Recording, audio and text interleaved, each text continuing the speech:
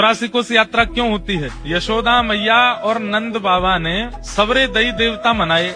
तो नंद बाबा यशोदा मैया के जब तक लाला नाए भयो तो यशोदा मैया नंद बाबा ने सवरे देवतान को जाय करके प्रणाम करी। जगन्नाथ जी को प्रणाम कियो, बद्रीनाथ जी को प्रणाम कियो, गंगोत्री, यमुनोत्री, केदारनाथ सब जगह प्रणाम कियो।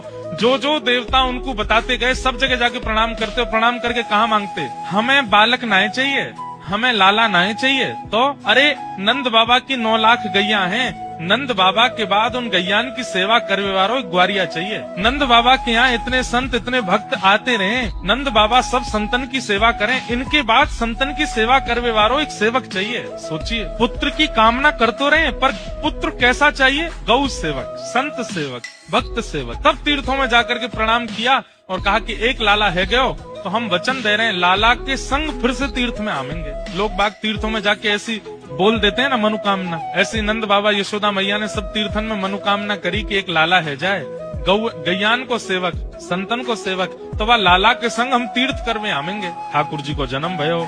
जैसे ही ठाकुर जी चलवे फिरवे बोलवे लायक भय, यशोदा मैया और नंद बाबा ने आपस में चर्चा करी, अब लाला चलन लगो, अब लाला बोलन लगो, अब हमें तीर्थ जानो चाहिए, चलो व्यवस्था बनाओ। अब महाराज बैलगाड़ी की तैयारी कर रहे हैं, सामान सट्टे सब रखते जा रहे हैं। सब ब्रजवासी भी एक है लिए, 100, 200, 400 ब्रजवासी भी संग है लिए। लेकिन नंद बाबा और यशोदा मैया की वृद्ध अवस्था देख करके ठाकुर जी के मन में आई, बाबा इतने वृद्ध है गए, यशोदा मैया इतनी वृद्ध है गई और मैं नए के ही बड़ो भयो हूँ। अब ब्रजते बाहर ये तीर्थ करवावे मुकु ले जाएंगे, सालन लग जाएंगे इनको, और जो प्रेम ब्रज में मुकु विस्तारित करना वो है ना पावे को, कहा करूं। नंद बाबा यशोदा मैया बड़े वृद्ध है गए।